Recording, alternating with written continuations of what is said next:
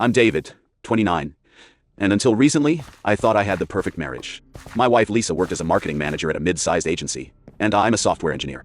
We were that couple everyone held up as an example, supporting each other's careers, planning our future, saving for a house. We met in college during a psychology elective. I was taking it for general interest. She needed it for client relations. Got paired up for a group project and ended up talking all night in the library. Not about the assignment, about life, dreams, where we saw ourselves in 10 years. Lisa was ambitious, wanted to become a VP, start her own agency, travel the world for work. I admired her drive. I'm more of an introvert. Love stability, cozy evenings at home, good books.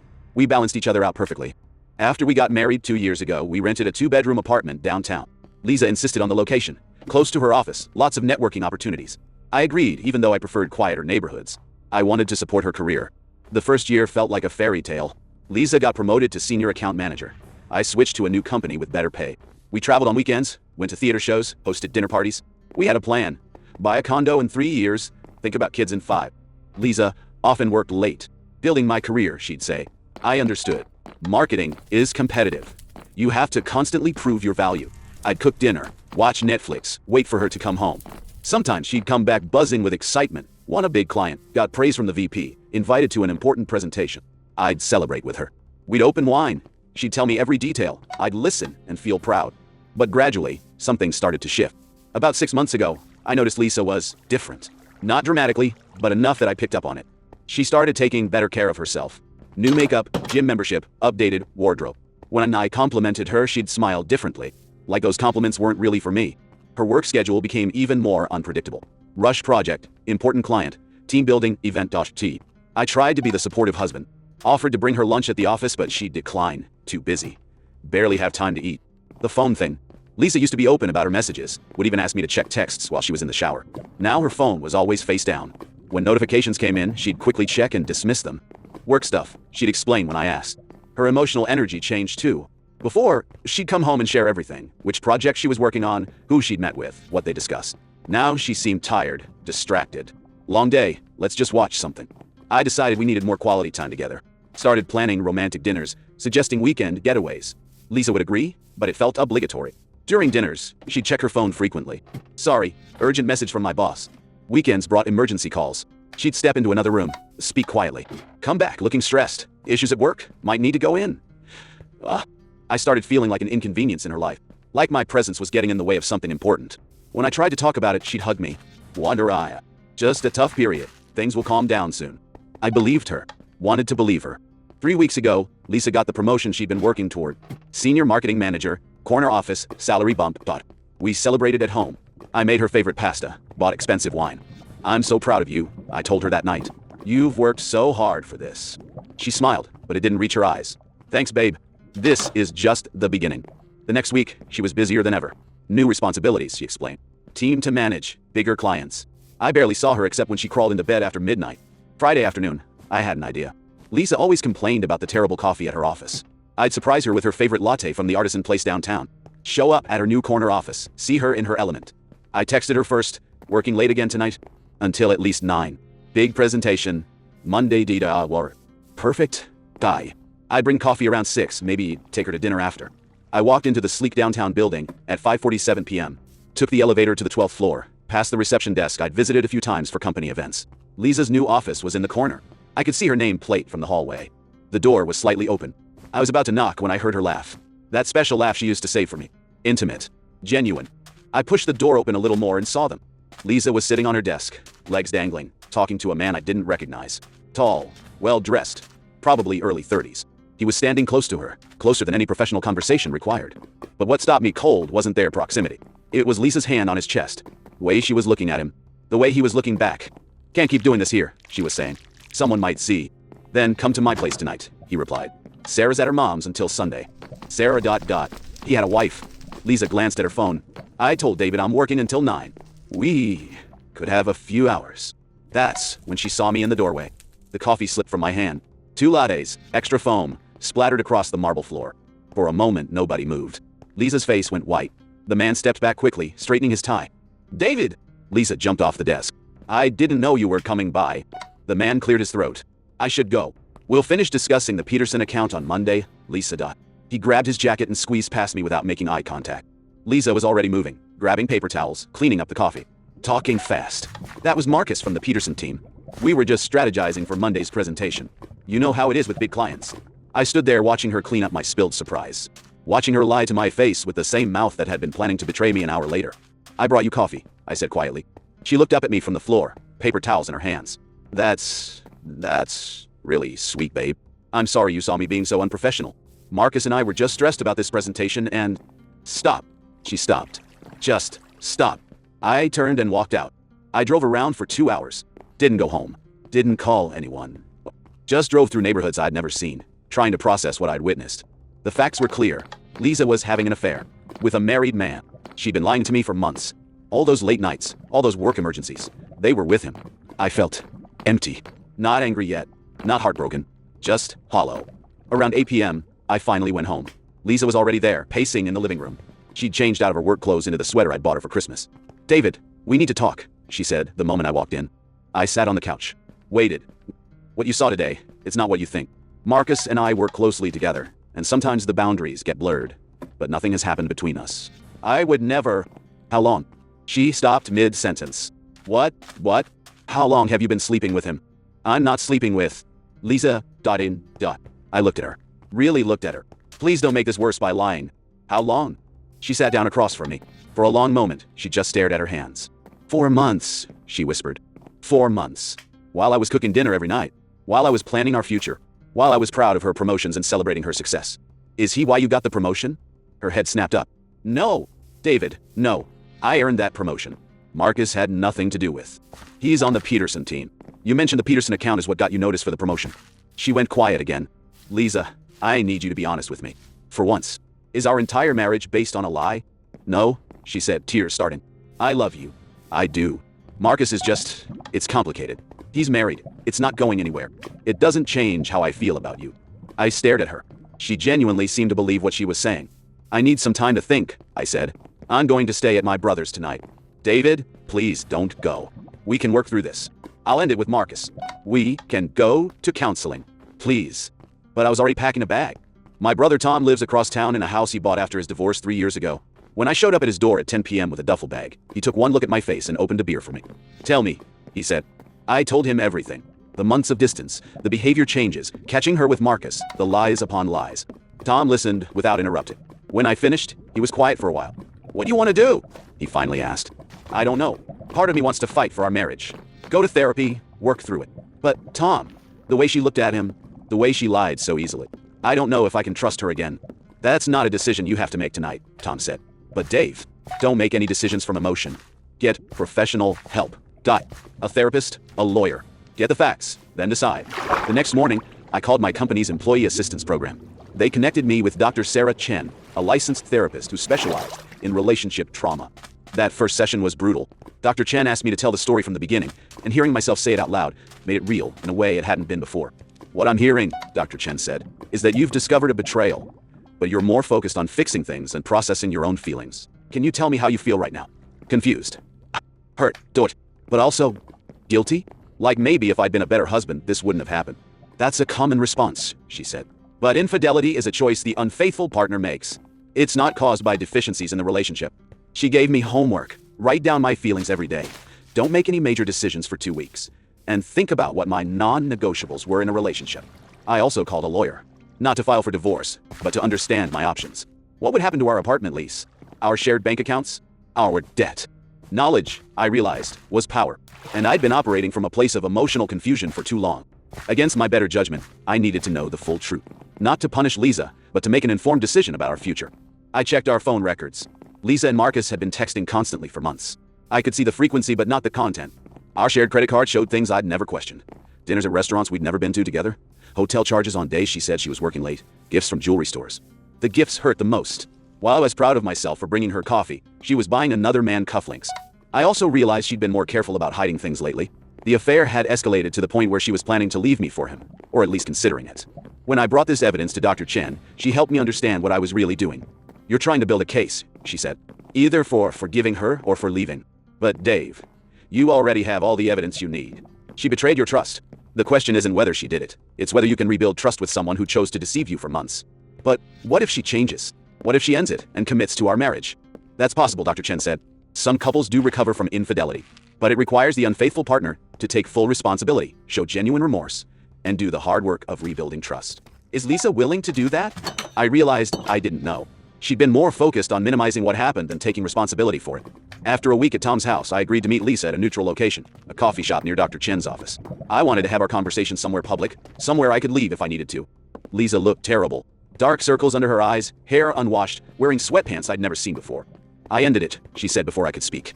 I told Marcus it was over. I chose you, David. I choose our marriage. She looked confused. What do you mean why? Because I love you. Because you're my husband. No, I said. Why did you start the affair? Why did you lie to me for 4 months? Why didn't you choose our marriage then? Lisa started crying. I don't know. I was confused. Marcus made me feel different, exciting, like the person I used to be before we got married. The person you used to be? You know what I mean. Independent, ambitious, not just someone's wife. I felt something cold settle in my stomach. Is that how you see being married to me? As limiting your independence? No, that came out wrong. With Marcus, I felt like this powerful career woman. With you, I feel like what?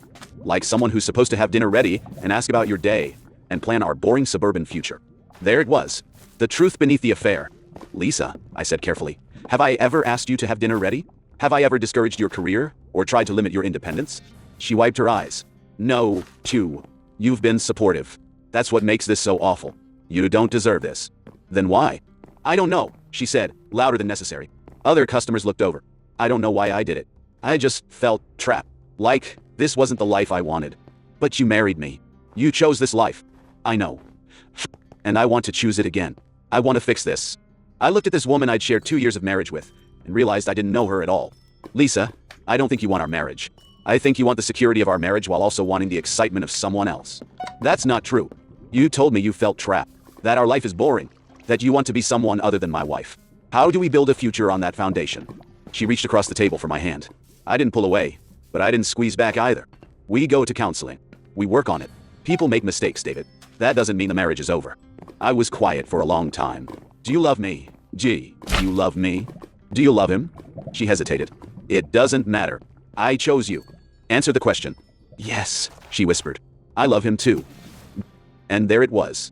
I spent another week in therapy, processing Lisa's admission that she loved both of us. Dr. Chen helped me understand that this wasn't necessarily about me not being enough. Some people are capable of loving multiple people simultaneously, she explained. But marriage is a commitment to prioritize one relationship above all others. Lisa made a choice to pursue feelings for Marcus instead of protecting her commitment to me. So what do I do with that? You decide whether you can accept a partner who's proven she's willing to prioritize her feelings over her commitments. Some people can rebuild from that. Others can't. Neither choice is wrong. I thought about what I wanted in a partner. Honesty, loyalty, wild. Someone who saw our relationship as a sanctuary, not a trap. Someone who would communicate with me when she was feeling disconnected instead of seeking connection elsewhere. Lisa had shown me she wasn't that person. At least not yet. Maybe not ever. Maybe not ever. I also thought about what Dr. Chen had said about love. I did love Lisa, but I loved the version of her I thought I'd married.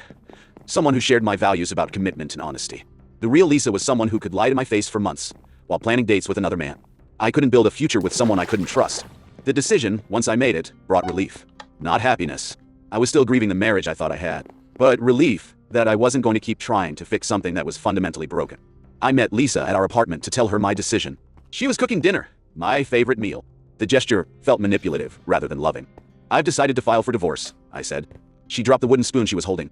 David, no, D. We agreed to try counseling. You suggested counseling. I never agreed to anything. Please don't do this. I made a mistake.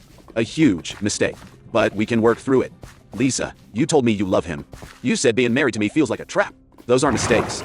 They're revelations about who you are and what you want. I was confused. I was emotional. I didn't mean... You meant it, I said gently. And that's okay. We want different things. We always have. I want a partner who chooses our relationship every day. You want excitement and independence and the freedom to explore connections with other people. That's not true. 4 months ago, when you started feeling disconnected from our marriage, what did you do? You started an affair instead of talking to me. That tells me everything I need to know about how you handle relationship problems. Lisa started crying. So that's it? 5 years together and you're just throwing it away? I'm not throwing anything away. I'm accepting that what we had is already gone.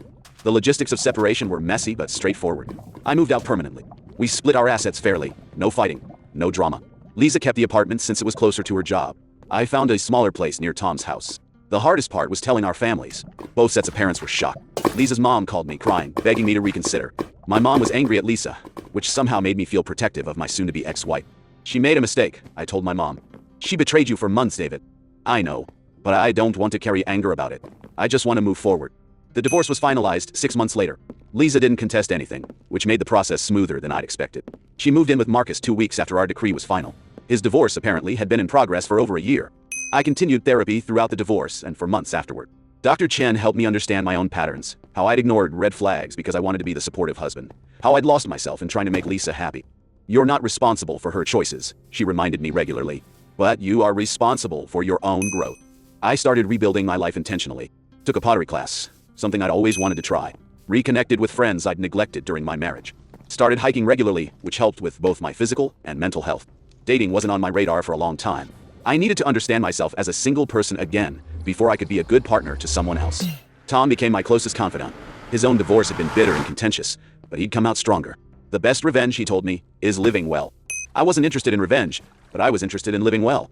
A year after the divorce, I was promoted to senior engineer at my company. The raise allowed me to buy my own condo. Nothing fancy, but it was mine. I decorated it exactly how I wanted, without compromise. I also started volunteering at a local literacy center, teaching adults basic computer skills. It was fulfilling in a way my marriage had never been, helping people achieve goals that mattered to them. One of my students was Maria, a single mom going back to school for her nursing degree. She needed to learn Excel for her program, and I helped her build spreadsheets for her budget and study schedule. We became friends first. She'd bring coffee to our sessions and we'd talk about books, goals, life. She was funny, determined, and refreshingly honest about her struggles and victories. You're a good teacher, she told me one day. Patient, ... You don't make people feel stupid for not knowing things. I like watching people figure things out, I said. There's something beautiful about the moment when something clicks. Is that what you do for work too? Sort of. I solve problems. But it's different with people than with code. People are more complex. More interesting too. She was right. 6 months into our friendship, Maria asked if I'd like to get dinner sometime.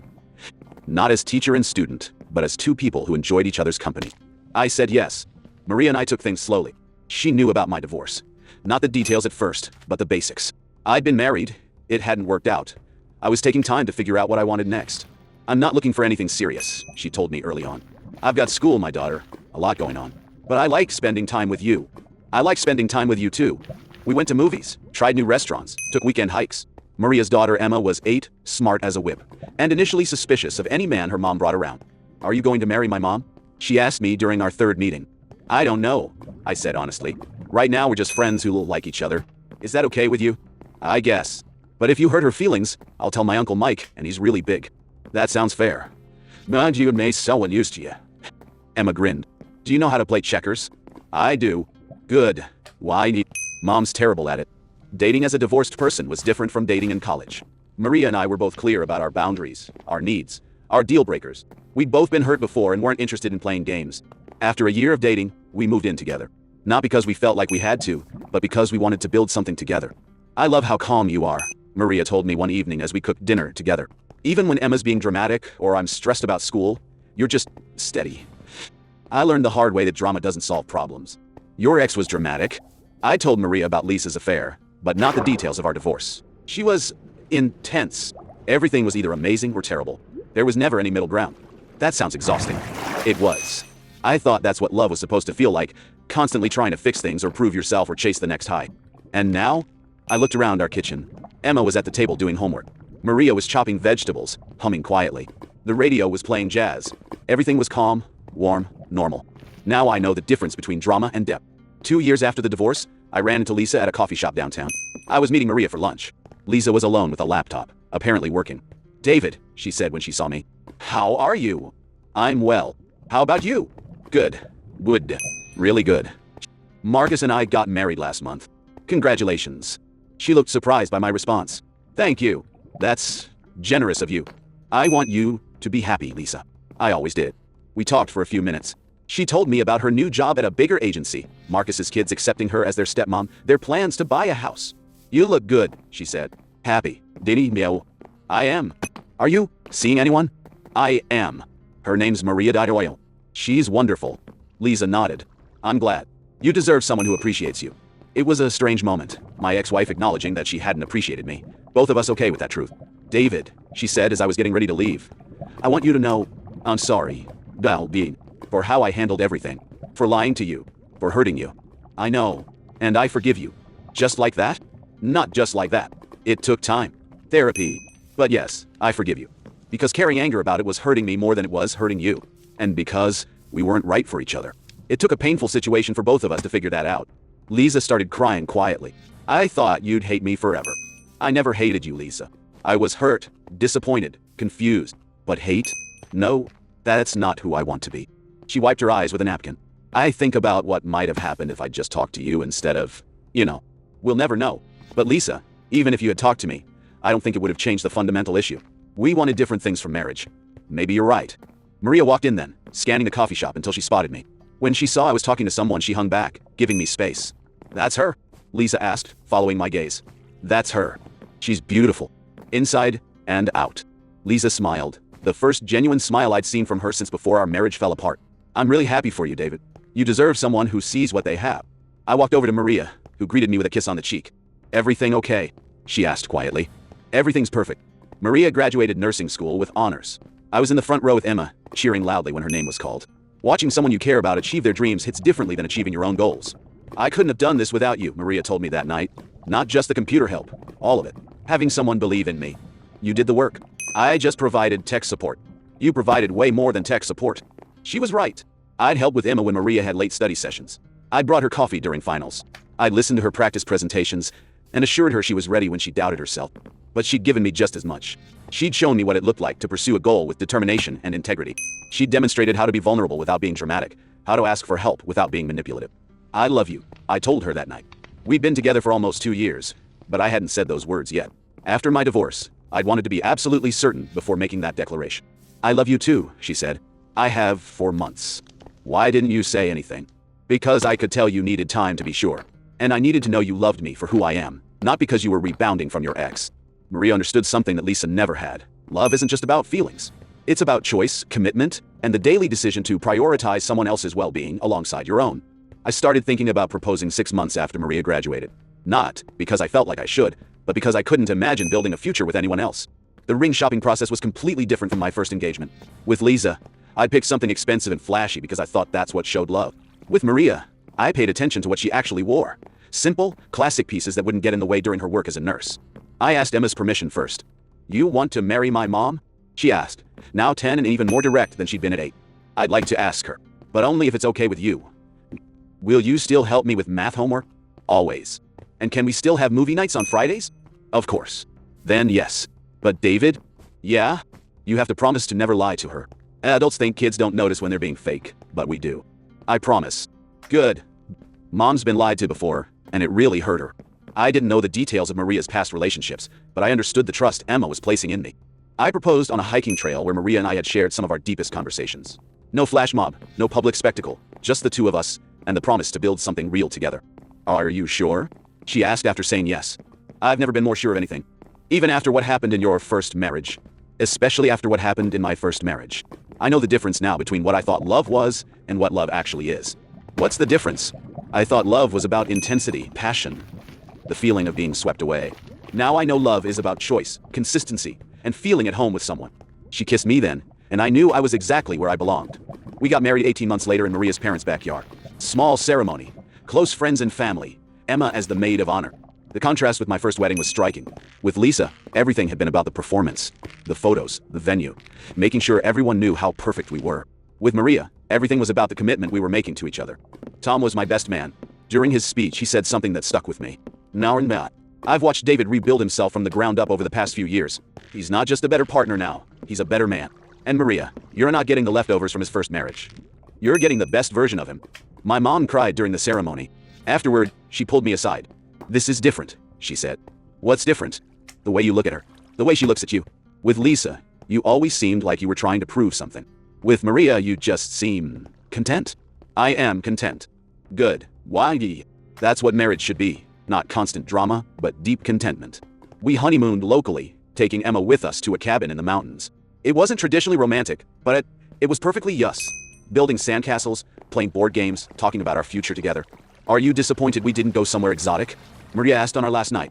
Not even a little bit. This is exactly what I wanted. A 10-year-old chaperone? A family vacation with the two people I love most. Reddit, it's been 5 years since I discovered Lisa's affair. 3 years since our divorce was finalized. 2 years since I married Maria. People often ask me if I regret not trying harder to save my first marriage. The answer is no. Here's what I learned. Trust your instincts. I knew something was wrong months before I caught Lisa with Marcus. I ignored those feelings because I wanted to be the supportive husband. But intuition exists for a reason. Love is a choice, not just a feeling. Lisa loved me, but she chose to pursue her feelings for Marcus instead of working on our marriage. Maria loves me and chooses our relationship every single day. You can't fix someone else's character issues. Lisa's problems weren't about our marriage. They were about her inability to handle conflict honestly. No amount of couples therapy would have changed that. Forgiveness is for you, not them. I forgave Lisa, not because she deserved it, but because carrying anger was poisoning my ability to trust again. The right relationship feels easy. Not without challenges, but without constant drama. With Maria, even our disagreements feel productive rather than destructive. Professional help is invaluable. Dr. Chen taught me things about myself and relationships that I never would have figured out alone. Take time to heal. I waited almost 2 years before seriously dating again. That time was crucial for understanding what I actually wanted in a partner. You deserve someone who chooses you. Every day, in big ways and small ways, consistently and without reservation. Today, Maria and I have been married for 2 years. Emma is 12 now, a straight-A student who still beats me at checkers regularly. Maria works at the Children's Hospital and loves what she does. I got promoted to engineering manager and actually enjoy the leadership aspects. We bought a house last year. Nothing fancy, but it's ours. Emma has her own room.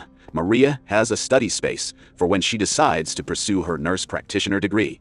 And I have a workshop in the garage where I'm learning woodworking. Last month, I ran into Marcus at a hardware store. He was buying paint. Mentioned he and Lisa were redecorating their kitchen. We made polite conversation for a few minutes. How are things? He asked. Really good. You? Good. Why? Complicated sometimes, but good. I didn't ask what he meant by complicated, but I recognized the tone. It was the same way I used to talk about my marriage with Lisa, acknowledging problems while hoping they'd resolve themselves. I felt sorry for him, but not in a superior way. More like recognition that some people have to learn lessons the hard way, repeatedly. Well, good luck with the kitchen, I told him. Thanks. And, David? For what it's worth, I'm sorry about how everything went down back then. I appreciate that. We shook hands and went our separate ways. I felt nothing. No anger, no satisfaction, no curiosity about his marriage to Lisa. That chapter of my life was completely closed. If you're reading this because you're going through something similar, here's what I wish someone had told me. If you discover infidelity, don't make immediate decisions based on emotion. Get professional help, therapist and lawyer. Document what you find, but don't become obsessed with investigating. Remember that their betrayal says nothing about your worth as a person. If you're trying to decide whether to stay, focus on your partner's actions, not their words. Ask yourself if you can genuinely rebuild trust. Not just say you can't. Consider whether this is a pattern or a genuine anomaly. Don't stay just because leaving feels scary. If you decide to leave, it's okay to grieve the relationship you thought you had. Take time to heal before dating again. Work on understanding your own patterns and needs. Don't rush into the next relationship to avoid being alone. If you decide to stay, both partners must commit to complete honesty going forward. The unfaithful partner must take full responsibility. No but you statements. Professional help is not optional. Rebuilding trust takes years, not months.